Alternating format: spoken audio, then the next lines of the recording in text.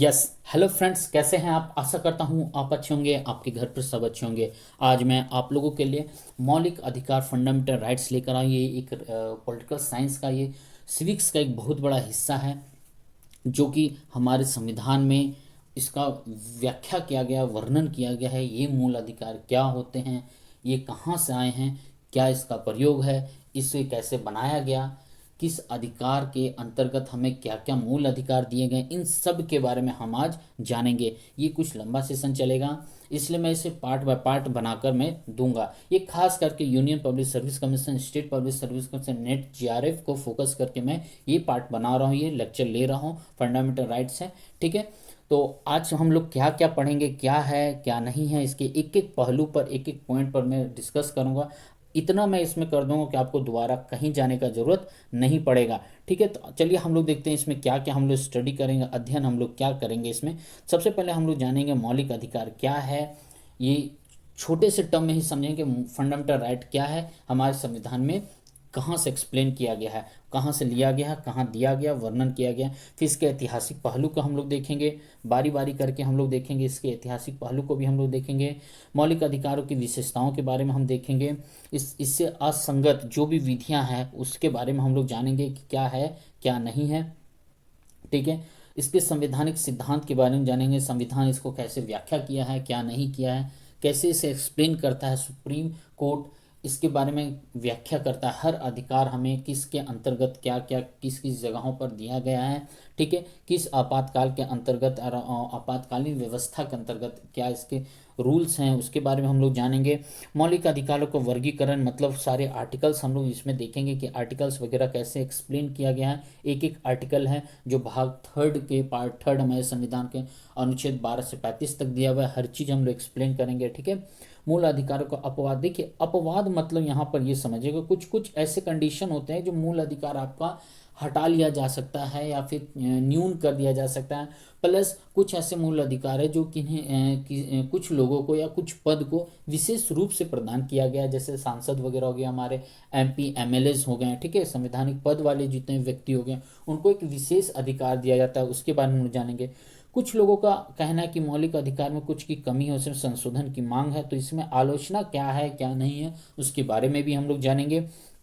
फिर आगे देता है कि भाग थ्री के बाहर क्या है क्या नहीं है, उसके बारे में हम लोग जानेंगे कि मौलिक अधिकार भाग थ्री के बाहर भी कुछ हैं तो कहाँ से लिए गए हैं और वो क्या है, इन सब के बारे में हम लोग जानेंगे आज के इस सेशन में। ये सेशन लंबा जाएगा तो मैं पार्ट बाय पार्ट बना दूंगा, याद रखिएगा।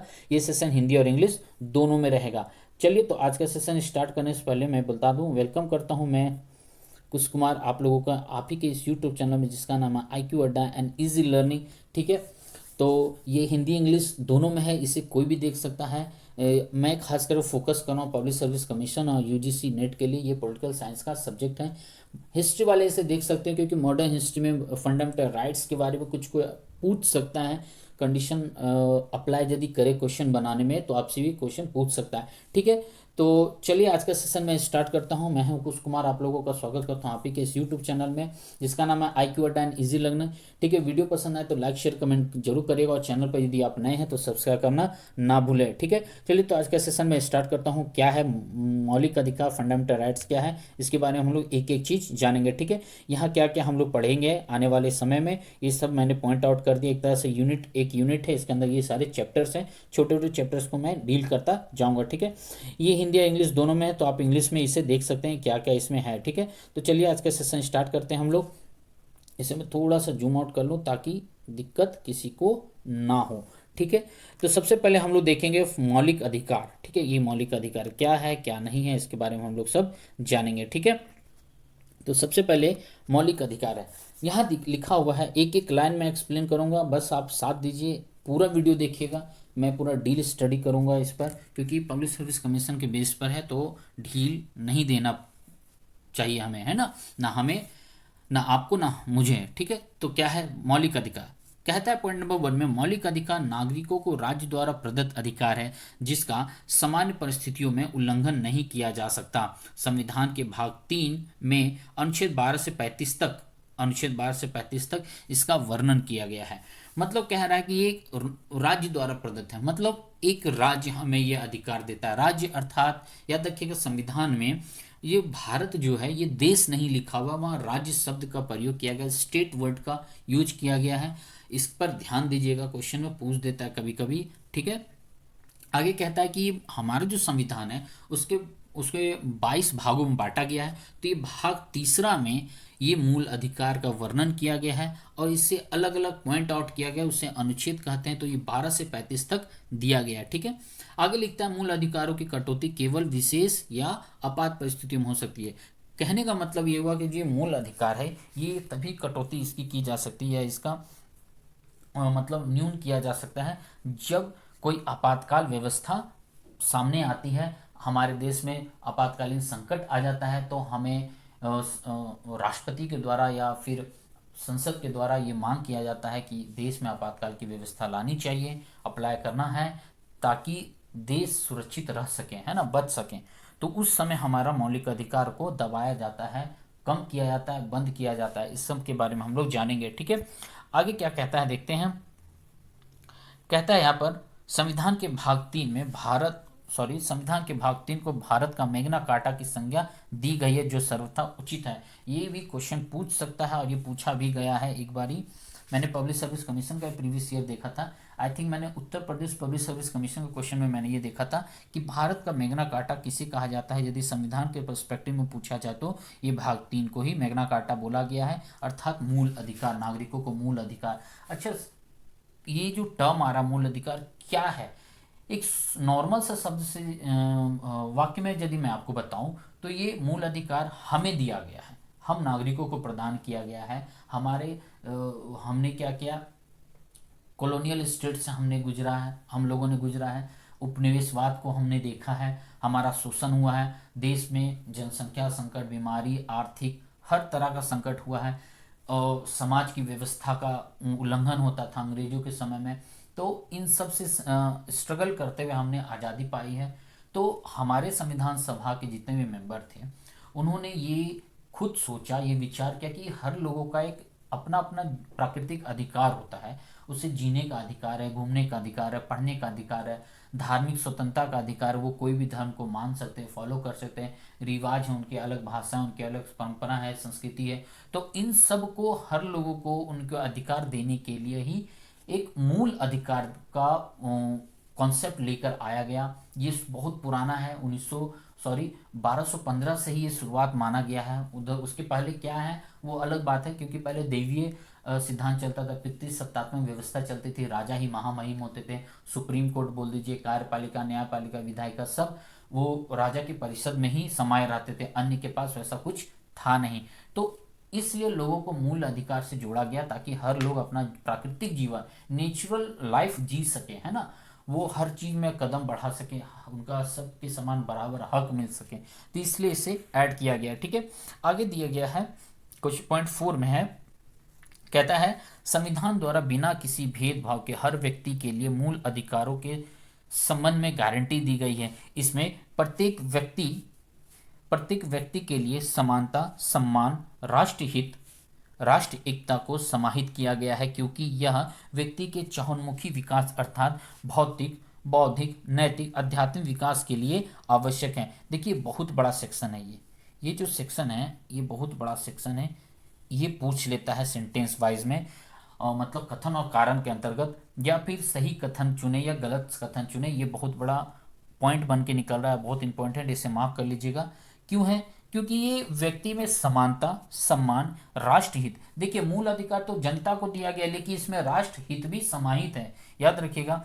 राष्ट्र एकता इट मीन्स जैसे कि दिल्ली के लोगों के को कुछ अधिकार दिया गया, तो ऑब्वियस आंध्र प्रदेश वालों को भी वही अधिकार देगा, तब तो एक राष्ट्र एकता, एक यूनिटी, एक भाईचारा नजर आएगा। ऐसा थोड़ी ना कि आंध्र प्रदेश वाले को अलग मूल अधिकार दे दिया जाए, इधर दिल्ली वाले, पंजाब वाले को अलग अधिकार दे दिया जाए। ऐसा कुछ व्यवस्था यदि होता है तो एकता होगी ही नहीं, राष्ट्र एकता कहलाएगी ही नहीं, ठीक है। तो इन ये मूल अधिकार में राष्ट्र एकता का भी बात आता है।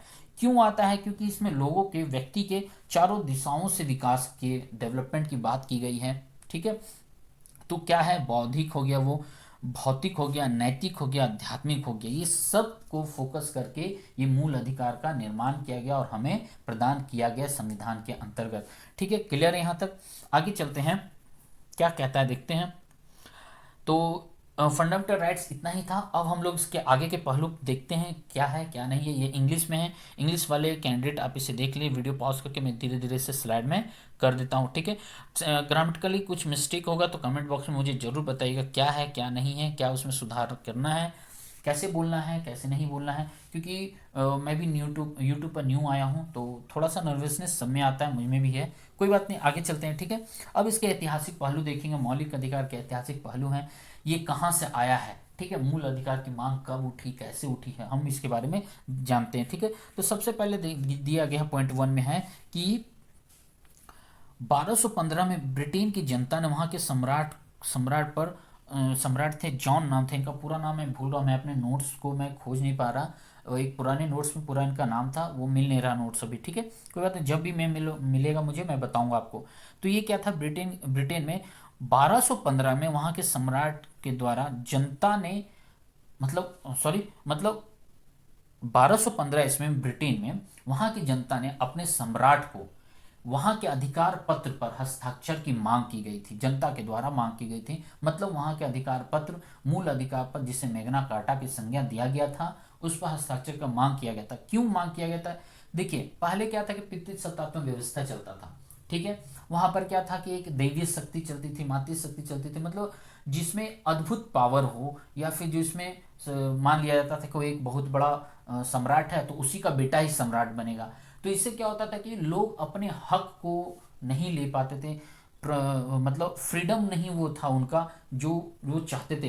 क्या दूसरे लोगों को एक राजा बनने का अधिकार नहीं था, या फिर कोई गलत करता है, किसी का उल्लंघन करता है, जीवन के साथ खिलवाड़ करता है, तो राजा अपने मन से उसे डिसीजन दे सकता था, न्याय कर सकता था, क्या सही है क्या गलत है। कोई ऐसी व्यवस्था थी नहीं। तो जनता वो जो सामंती व्यवस्था, जो तानाशाही व्यवस्था था, उससे दूर हटना चाहती थी। इसलिए अधिकार पत्र पर हस्ताक्षर की मांग की गई कि मुझे ये अधिकार दिया जाए, आप इस पर हस्ताक्षर करिए। तो सबसे पहले 1215 में आया। ठीक है, फिर कब आता है, फिर ब्रिटेन में ही 1689 में जनता ने फिर से एक विधेयक पास करवाते हैं सरकार के राजा के समक्ष, और वो भी उसमें और इम्प्लीमेंटेशन किया जाता है, उसमें सुधार करके और उसमें कुछ डाले जाते हैं। तो एक सेकेंड टर्म है ब्रिटेन में ही 1689 में इसके बारे में हमें जानकारी मिलती है। आगे क्या है, आगे क्या कहता है कि कब स्वतंत्रता, समानता और भाईचारे का विचार आया मूल अधिकार में।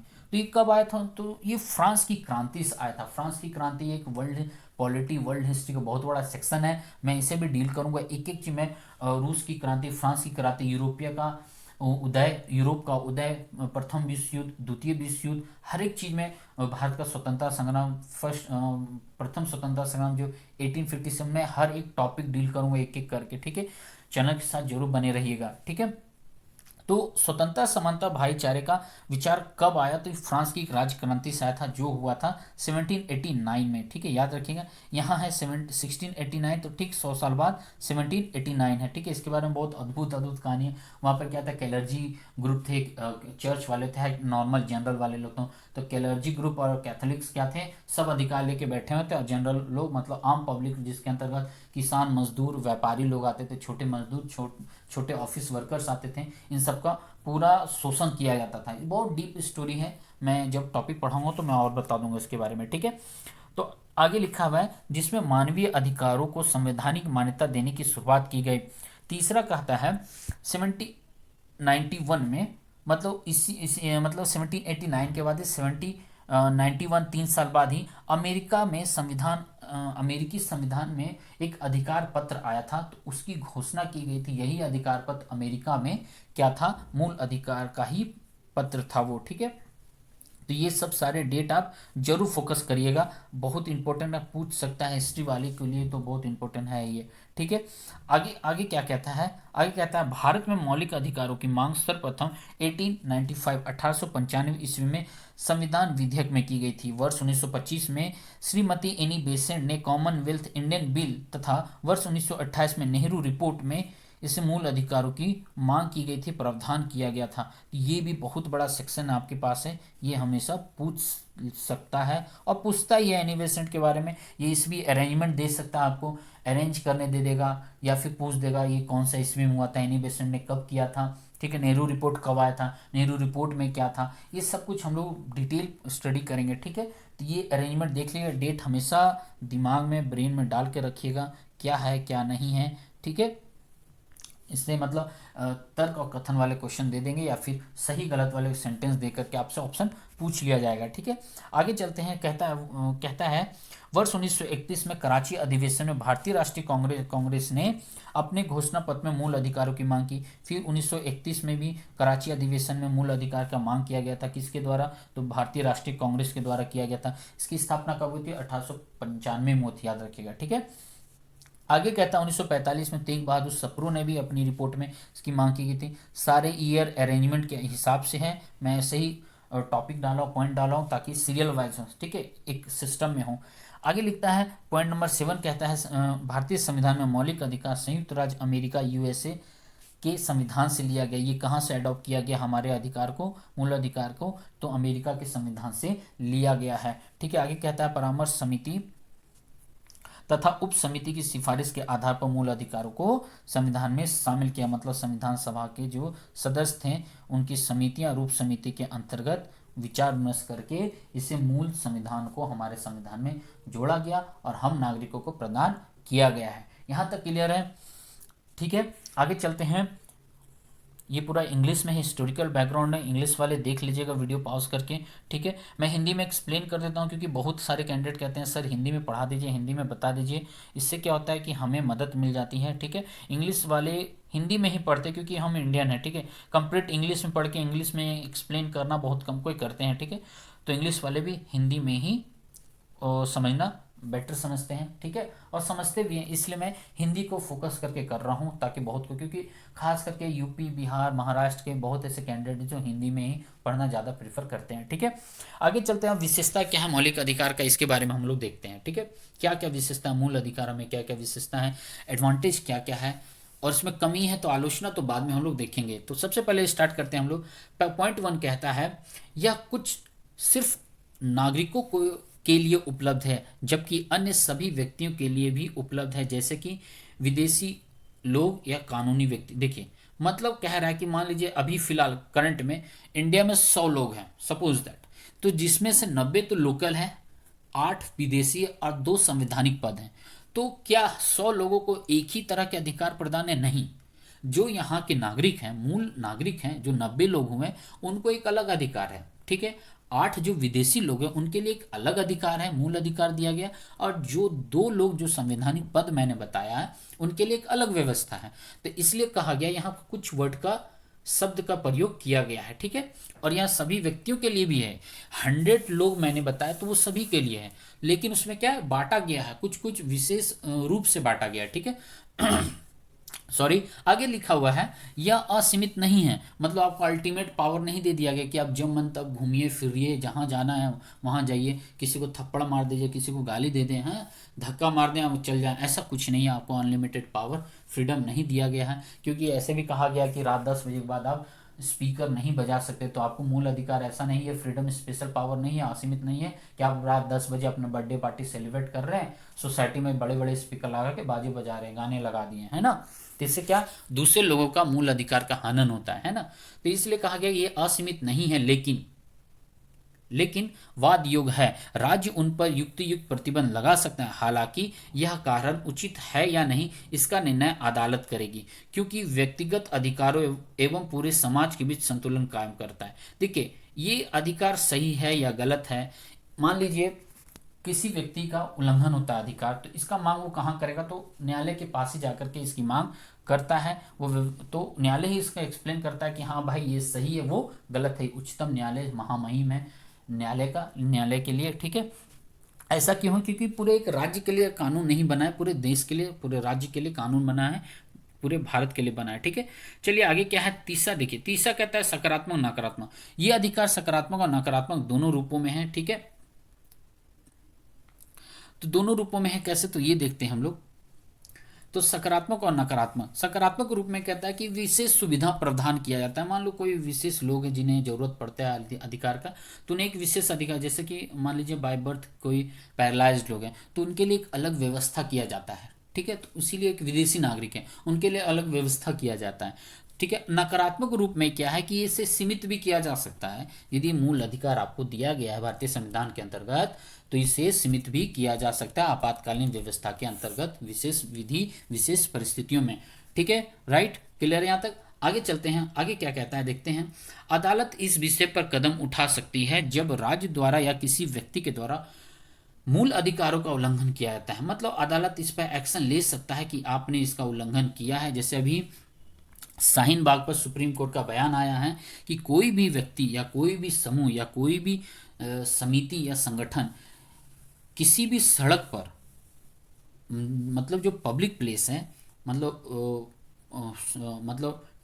रोड है, सड़कें हैं जो आम लोगों के लिए जो सड़कें खोली गई हैं, आप वहाँ पर मतलब स्ट्राइक वगैरह या फिर कोई भी रोड जाम करना, चक्का जाम करना ज़्यादा दिनों तक आप नहीं कर सकते हैं। ये सुप्रीम कोर्ट ने बोला है कि वहाँ के लोकल एडमिनिस्ट्रेशन उसके अगेंस्ट एक्शन ले सकती है, ठीक है। तो यही कहा, तो अदालत, इससे क्या होता है कि मान लीजिए शाहीन बाग में क्या गया, ट्रैफिक पूरा जाम कर दिया था, तो एनआरसी एनसीआर जो रीजन था, जो डायरेक्ट रूट जाता था नोएडा तरफ, वो आधे घंटे का रूट अब 2 घंटे में कन्वर्ट हो गया, क्योंकि पूरा वो रोड जाम हो गया था, ब्लॉक हो गया था एक तरह से, है ना। तो क्या हो रहा था, लोगों के समय बर्बादी हो रहा था, है ना। तो ऑफिस लेट होता था, वो एक तरह से वो क्या, उनके गाड़ी का ज़्यादा तेल खर्च होते थे, 2 घंटा ज़्यादा ट्रैवल करना पड़ता था, समय की बर्बादी होती थी। तेल खर्च होना इट मीन्स आपका पैकेट ढीला होना, तो एक तरह से क्या, वो पैकेट ढीला मतलब आर्थिक स्तर पर आपको मारा जा रहा है कहीं ना कहीं, है ना। तो इसलिए सुप्रीम कोर्ट कहता है, तो एक तरह से आपका मूल अधिकार, आर्थिक स्तर पर मूल अधिकार का हनन ही हो रहा है ना। तो इसके अंतर्गत अदालत ही इस पर एक्शन लेकर के इसको परिभाषित करता है, ठीक है, मतलब करती है, ठीक है। तथा यह व्यक्ति को अदालत में जाने की अनुमति देता है। मतलब अदालत खुद कहती है, संविधान खुद कहता है कि आपका यदि अधिकार उल्लंघन करता है, राज्य के द्वारा होता है, मतलब सरकार के द्वारा होता है या फिर किसी व्यक्ति के द्वारा होता है, आप अदालत सीधा सीधा जा सकते हैं। आगे कहता है, मूल अधिकारों में उच्चतम न्यायालय द्वारा गारंटी व सुरक्षा प्रदान की जाती है। इसके उल्लंघन पर पीड़ित व्यक्ति सीधे उच्चतम न्यायालय जा सकता है। मतलब सुप्रीम कोर्ट इसकी गारंटी लेती है कि यदि आपके अधिकार का उल्लंघन हुआ है तो इस पर न्याय जरूर मिलेगा, ठीक है। और ये भी व्यवस्था दिया गया है संविधान के अंतर्गत कि आप सीधा सीधा उच्चतम न्यायालय आप जा सकते हैं, ठीक है। आगे चलते हैं, ये सारी विशेषताएं हैं, ठीक है। वीडियो पसंद आ रहा है तो लाइक शेयर कमेंट जरूर करिएगा। चैनल पर यदि नए तो सब्सक्राइब करना ना भूलें, ठीक है। आगे चलते हैं, कहता है पॉइंट 6 कहता है, संसद इसमें कटौती या कमी कर सकती है। यहां पर या होगा, ठीक है, ये का हटा दीजिए, हाँ।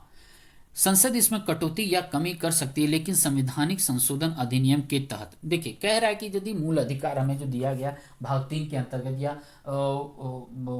या क्या नहीं, मतलब अनुच्छेद 12 से 35 के अंतर्गत जो हमें दिया गया है, समानता का अधिकार, धार्मिक स्वतंत्रता का अधिकार, शिक्षा का अधिकार है ना, विशेष आपात व्यवस्था जो रीट हमारा है, आर्टिकल 2021 बहुत इंपॉर्टेंट है, वो सब जो अधिकार हमें दिया गया है इसके तहत। तो इसका क्या है कि इसमें सुधार की यदि व्यवस्था की जाए या मांग की जाती है तो इसे एक विशेष संवैधानिक संशोधन के अंतर्गत ही किया जा सकता है, इसे आम बिल के अंतर्गत नहीं किया जा सकता उसमें संशोधन, ठीक है, क्लियर यहाँ तक। आगे लिखता है पॉइंट 7 में, कहता है मूल अधिकार के अनुच्छेद 19 तब ही स्थगित की जा सकती है जब राष्ट्रीय आपातकाल की घोषणा की गई हो। मतलब अनुच्छेद 19 जो हमें दिया गया है, जो 6 अधिकार है उसके अंतर मूल अधिकार अनुच्छेद से पहले एक और थे, संपत्ति का अधिकार हटा दिया गया है, अब कानूनी अधिकार बन गया है, 300A में है, ठीक है, ऐड उधर कर दिया गया, उसे हटा दिया गया, ठीक है। तो 6 अधिकार को तभी स्थगित कर सकता है जब राष्ट्र स्तर पर आपातकाल की घोषणा की जाती है, ठीक है, क्लियर है यहाँ तक, ठीक है। आगे लिखता है, इसे सशस्त्र विद्रोह अर्थात आंतरिक आपातकाल के आधार पर स्थगित नहीं है। देखिए, आंतरिक आपातकाल कहने का मतलब कोई खास राज्य में, है ना, 2 राज्यों में मान लीजिए लड़ाई हो गया है, जैसे दिल्ली या पंजाब, सपोज लड़ाई, या पंजाब हरियाणा में लड़ाई हो गया, ठीक है, या फिर उधर कर्नाटक या तमिलनाडु तरफ लड़ाई हो गया, क्लियर है। तो इसमें क्या होगा, तो क्या पूरे अधिकार को मतलब खत्म कर दिया जाएगा, बंद कर दिया जाएगा, नहीं, कि ये पूरे राष्ट्र स्तर पर है, राज्य स्तर पर नहीं है, ठीक है। वहाँ के लोकल एडमिनिस्ट्रेशन, वहाँ की लोकल सरकार, जो राज्य सरकार है, वो एक्शन ले सकती है अपने अंतर्गत परिस्थिति के अनुसार, ठीक है, लेकिन राष्ट्र स्तर पर उसे बैन नहीं किया जा सकता है, क्लियर यहाँ तक। आगे चलते हैं, आगे कहता है राष्ट्र आपातकाल की सक्रियता के दौरान अनुच्छेद 20 और 21 निलंबित किया जा सकता है। मतलब जो गारंटीड जो है उसे छोड़ करके 20 और 21 को भी बैन किया जा सकता है, ठीक है, निलंबित किया जा सकता है। ये क्या है, जब आर्टिकल हम लोग मौलिक अधिकार का जो वर्गीकरण पढ़ेंगे अनुच्छेद, तो पूरा मैं डिटेल बताऊंगा आपको, एक एक आर्टिकल डील कर दूंगा, ठीक है। आगे कहता है पॉइंट 9, अनुच्छेद 21 का 21 खा सॉरी अनुच्छेद 31 का 31 खा और 31 गा ये क्रियान्वयन सीमाएं, उसमें सीमाएं लगा सकती है। क्या है, जैसे कि 31 का में संपत्ति से संबंधित है, ठीक है।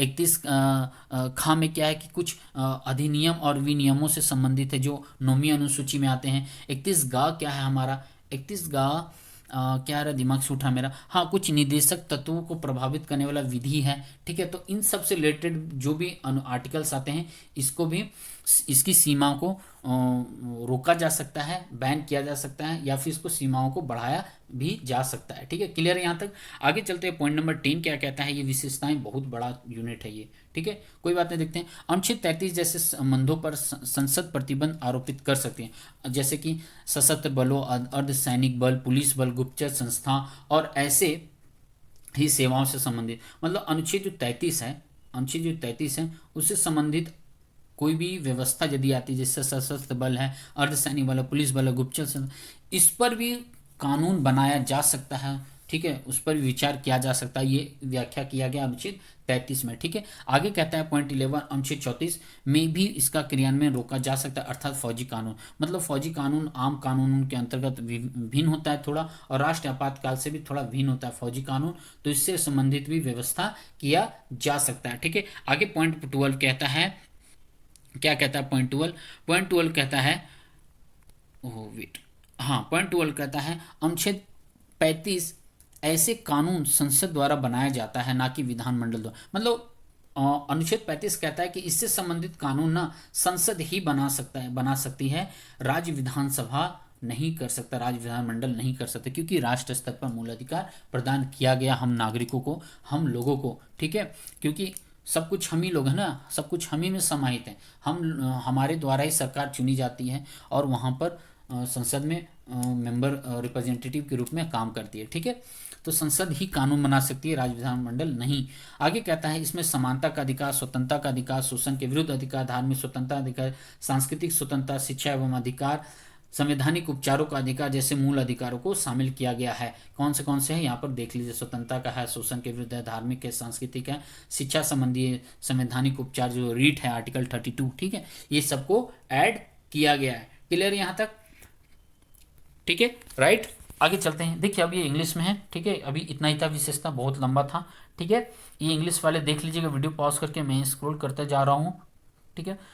आगे बढ़ते हैं, देखते हैं क्या है।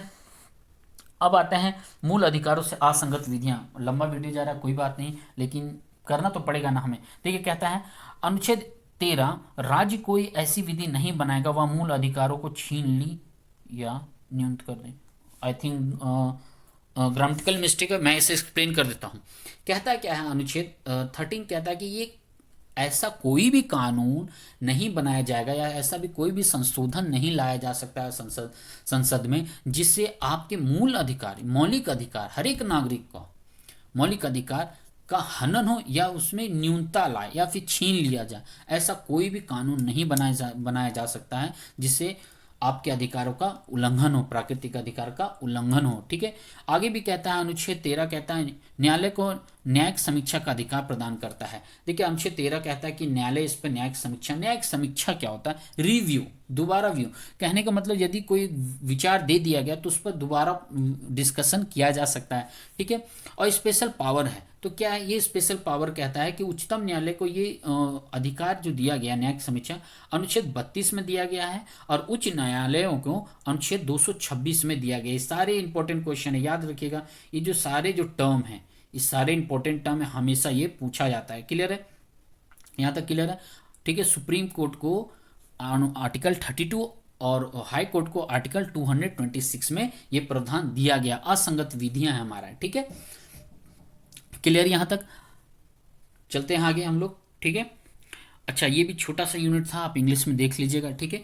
तो आज इतना ही बना, मैंने टाइप किया क्वेश्चन, पॉइंट किया है टाइप, ठीक है, टॉपिक्स को। फिर मैं आगे लेकर आऊँगा ये इसके बारे में क्या है क्या नहीं है, ठीक है। चलिए ठीक है, थैंक यू। चैनल पर बने रहने के लिए बहुत बहुत शुक्रिया। मैं आपके लिए काम करता हूँ, ठीक है, आपके भविष्य के लिए काम करूँ, ठीक है। चलिए फिर मिलता हूँ मैं। घर पे रहिए, सुरक्षित रहिए, बड़ों से आशीर्वाद लेते रहिए, छोटों को प्यार देते रहिए। वीडियो पसंद तो लाइक शेयर कमेंट जरूर करिए, और यदि आप चैनल पर नए हैं तो सब्सक्राइब करके इसके बेल आइकन जरूर दबाएगा। बेल आइकन दबा के उसका नोटिफिकेशन ऑन जरूर करेगा, ताकि जब भी मैं क्लासेस लूँ आपको नोटिफिकेशन चला जाए, ठीक है। चलिए जुड़े रहिएगा चैनल से। धन्यवाद, फिर मिलता हूँ मैं। जय हिंद।